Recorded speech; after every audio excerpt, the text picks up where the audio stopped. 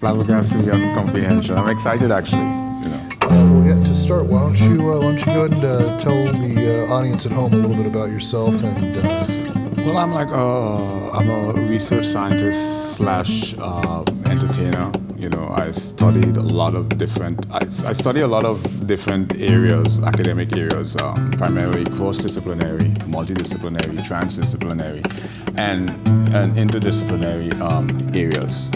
Basically, all that means is taking multiple disciplines into consideration. It may be a situation where mutually exclusive disciplines converge, or where disciplines overlap on a deep level. Like you might find certain areas interdisciplinary where physics meets linguistics when it comes to areas of language and speech and tonality. So interesting. Yeah, man. So I don't know where to start. What do you think about subliminal messages in entertainment media?